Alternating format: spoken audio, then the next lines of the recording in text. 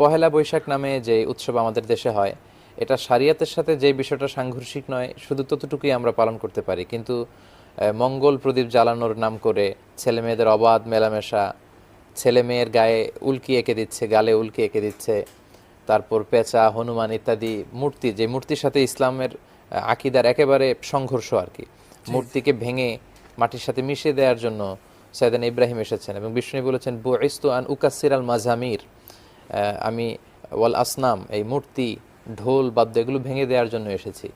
So এই যে বিষয়গুলো কন্ট্রাডিক্ট করে, এগুলো কিন্তু আমাদের জন্য পালন করা সম্ভব নয়। আমাদের যদি এরকম কালচার থেকে থাকে যে পান্তা ইলিশের কালচার, এটা খাওয়া যেতে পারে। হাল খাতার যে উৎসব আমরা করি, এটা করা যেতে পারে। একে অন্যের বাড়িতে বেড়াতে যাওয়া, আমাদের আবহমান কাল ধরে আমাদের সংস্কৃতির সাথে যেটা মিলে মিশে একাকার মিশ হয়ে আছে, এগুলো আমরা পালন করতে পারি, কিন্তু আমাদের আকীদার সাথে সাংঘর্ষিক এরকম কোনো বিষয়ে আমরা জড়াতে পারি না। আরেকটা বিষয় হচ্ছে, ইসলাম কিছু কিছু বিষয়ে আনন্দ করার ব্যাপারে আমাদেরকে উৎসাহ দিয়েছে, ছাড়ও দিয়েছে। এর মধ্যে অন্যতম হচ্ছে দুই ঈদের দিন আর হচ্ছে বিয়ের দিন। ঈদের দিনে সুদানি সাহাবারা তারা মসজিদে নববীর সামনে তীর দিয়ে খেলা করত, বুখারীর বর্ণনায়। তো আম্মাজান আয়েশা বিষ্ণু ইসলামের সাথে খুব মানে ওই সময় বিবাহ বন্ধনে আবদ্ধ হয়েছিলেন, বয়স খুব কম ছিল। তো বিষ্ণু ইসলাম বললো যে, আয়েশা তুমি কি তীর দিয়ে যে সাহাবারা খেলাধুলা করছে এগুলো দেখতে চাও? মা আয়েশা বললেন যে হ্যাঁ, আমি তো দেখতে চাই, কিন্তু কি কি করে দেখব? বিষ্ণু ইসলাম মা আয়েশাকে কাঁধে তুললেন এবং হাদিসে এসেছে মা আয়েশার থুতনি ছিল বিষ্ণু ইসলামের কাঁধে।